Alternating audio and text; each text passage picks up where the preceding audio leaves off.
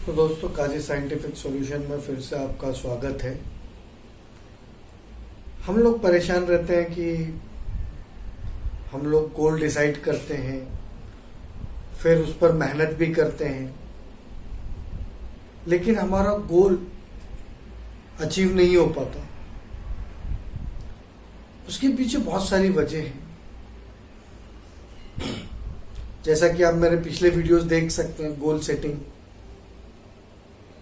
तो goal achieve नहीं हो पाना, इसका सबसे बड़ा रीजन ये होता है कि जो हमारा डिसीजन मेकिंग है ये पावरफुल नहीं होता है। और डिसीजन कौन सही ले पाता है, इसकी वजह कभी आपने तलाश की है?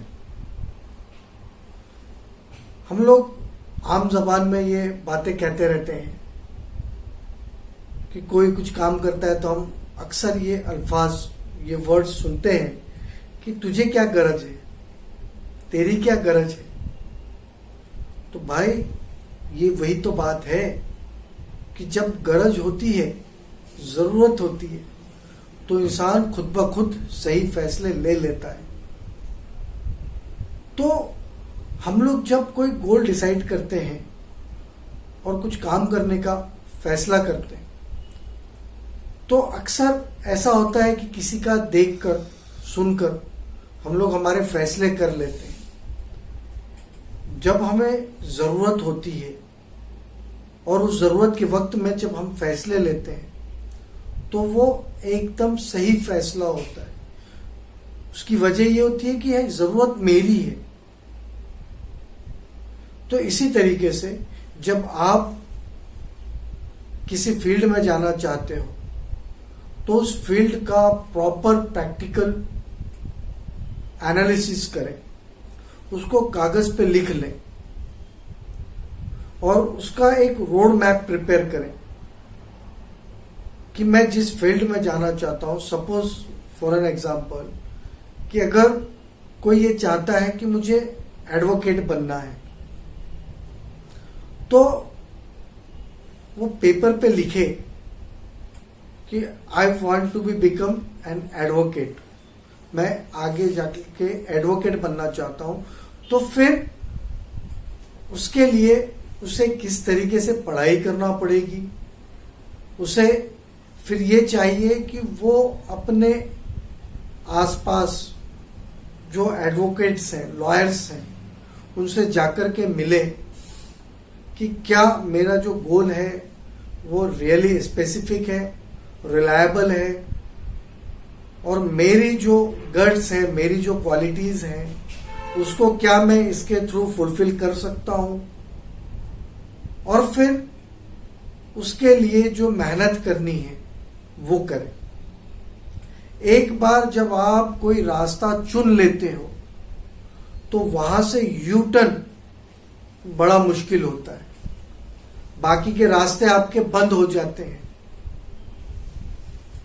और कुछ टाइम के बाद अगर एहसास होता है, तो वहां से फिर वापिस आना ये बड़ी मुश्किल का काम होता है।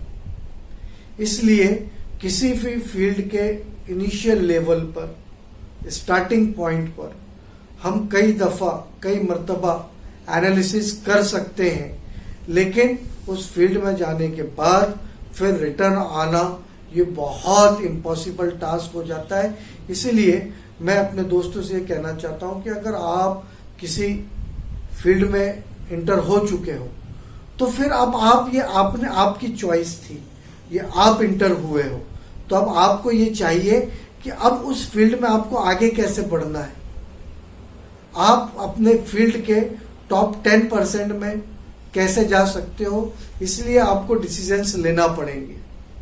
और ये डिसीजंस कैसे लोगे कि जो आपकी फील्ड में माहिर हैं, एक्सपर्ट हैं, उनसे मिले कि भाई मैं इस फील्ड में अब आ गया हूं, I have to jump to onwards, मैं आगे जंप करना चाहता हूं। तो फिर आपको वो रास्ते पता चलेंगे कि जिस रास्ते पर चलकर आप उन टॉप 10% में पहुंच सकते हो। ये डिसीजंस जो होते हैं ये आपके खुद के होते हैं, इसमें आपको किसी का नहीं सुनना है। आप जो भी कर रहे हो और जो आपको करना है, वो आपको खुद डिसाइड करना है। आपका जो सेल्फ पावर होता है यही आपकी जीत तय करता है। जब तक आप खुद तैयार नहीं होंगे आप डिसीजन नहीं ले पाओगे। दूसरों के डिसीजन पर चलने वाला कभी कामयाब नहीं हो पाता।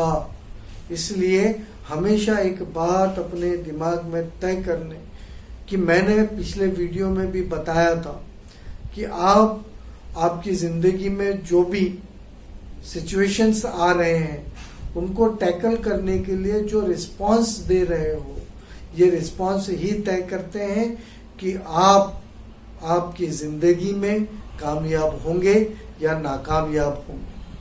तो मेरे दोस्तों, मैं बस आपसे यही एक गुजारिश करता हूं कि आप अपने डिसीजंस को स्ट्रॉन्ग बनाएं, परफेक्ट एनालिसिस कीजिए।